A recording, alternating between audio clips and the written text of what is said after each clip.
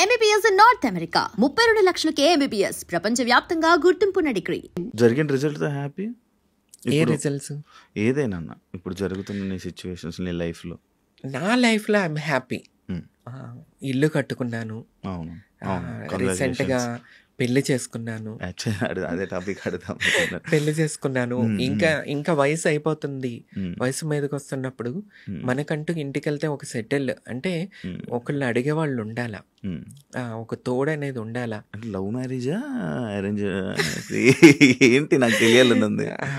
అంటే నన్ను ఎప్పటి నుంచి ఇష్టపడుతున్న వ్యక్తి సింపుల్ ఒక రైతు బిడ్డ అనమాట. అంటే వ్యవసాయం. మా తాతలు కూడా రైతు బిడ్డలే, మా తండ్రి కూడా రైతు బిడ్డే.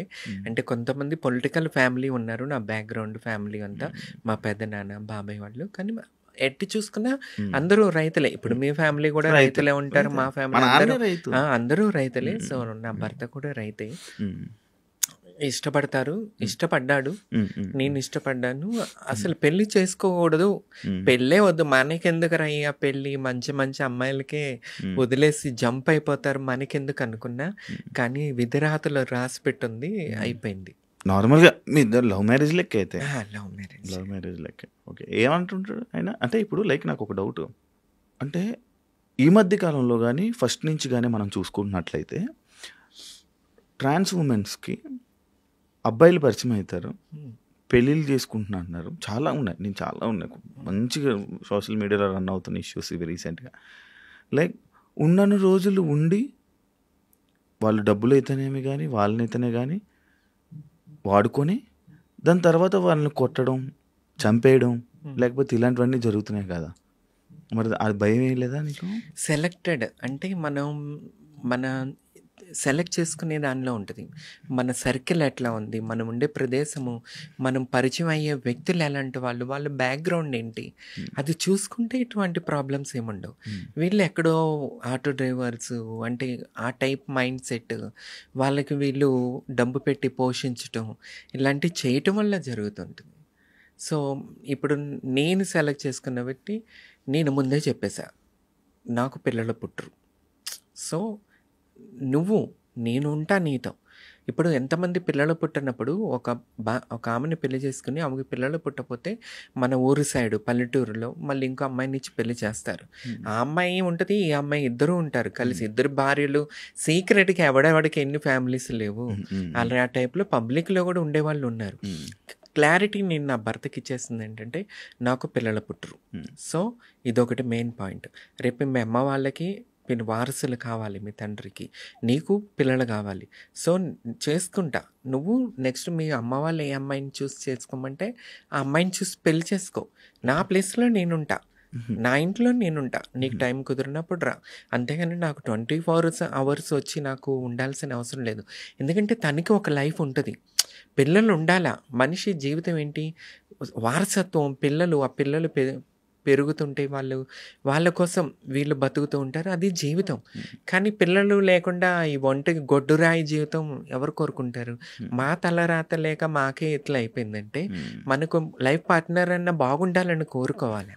మెయిన్ ఇది ఒక తప్పు అయిపోతుంది. నేను ఆయన క్లారిటీ ఇచ్చేసాను, నీ ఫ్యామిలీ నీకు ఇంపార్టెంట్, మీ పేరెంట్స్ నీకు ఇంపార్టెంట్. వాళ్ళు చేసుకోమన్నప్పుడు అమ్మాయిని నువ్వు హ్యాపీగా పెళ్లి చేసేసుకో, కొంత టైం నాకు ఇస్తే చాలు. ఈ క్లారిటీ మా ఇద్దరి మధ్యలో ఉంది.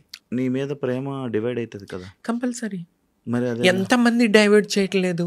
ఇప్పుడు పెళ్లి చేసుకుని నాతోనే ఉండిపోతాడు, రేపు సీక్రెట్గా దేన్ని మెయింటైన్ చేస్తే గర్ల్ ఫ్రెండ్ అని అదని ఇదని. ఆ రచ్చ కన్నా రెస్పెక్ట్ఫుల్గా ఆ అమ్మాయి నేను ఉంటే ఇంకా మూడో ఆప్షనే ఉండదు, బయట తిరగాల్సిన ఆప్షనే ఉండదు.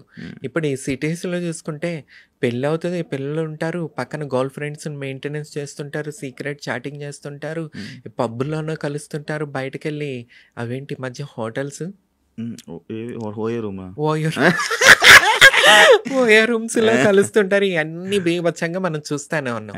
సో క్లారిటీ ఇచ్చేసి హ్యాపీగా నువ్వు హ్యాపీగా ఉండు, నేను హ్యాపీగా ఉంటా. ఫోన్ చేయగలరా? మాట్లాడతారా? మాట్లాడతాడా? మాట్లాడించగలవా మాతో? హిందీలో మాట్లాడతాడు. హిందీలో ఒకసారి ఫోన్ చేసి మాట్లాడు.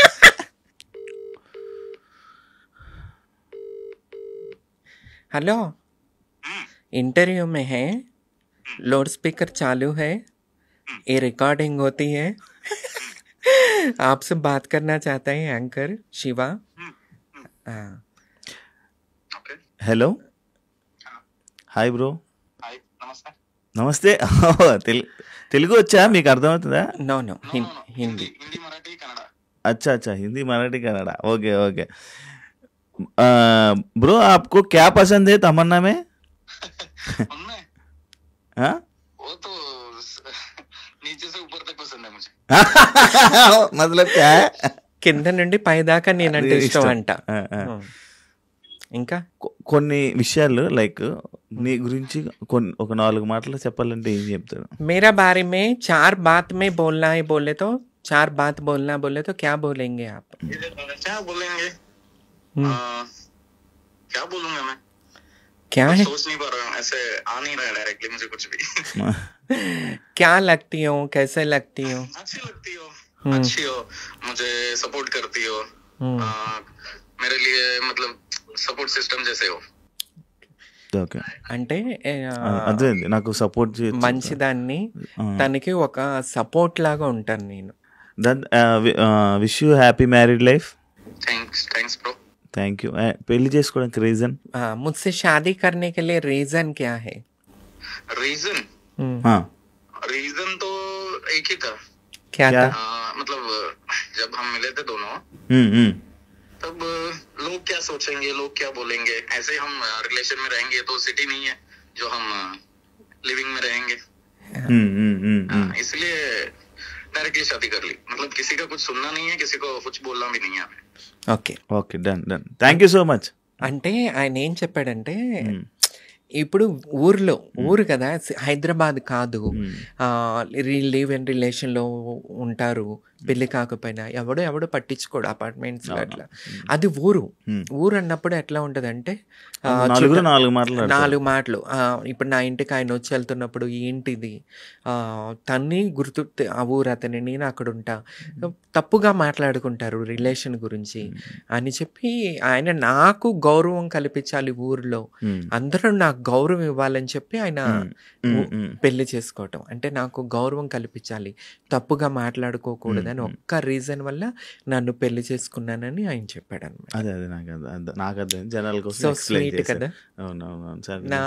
నా గౌరవం గురించి ఆలోచిస్తాడు. మీ ఇద్దరికి పొసెసివ్లు గొడవలు ఉంటాయా? నేను రాక్షసుని కదా కంపల్సరీ. నేనే, ఆయన పాపం కూల్గా ఓకే ఓకే ఓకే కూల్ అనుకుంటూ ఉంటాడు.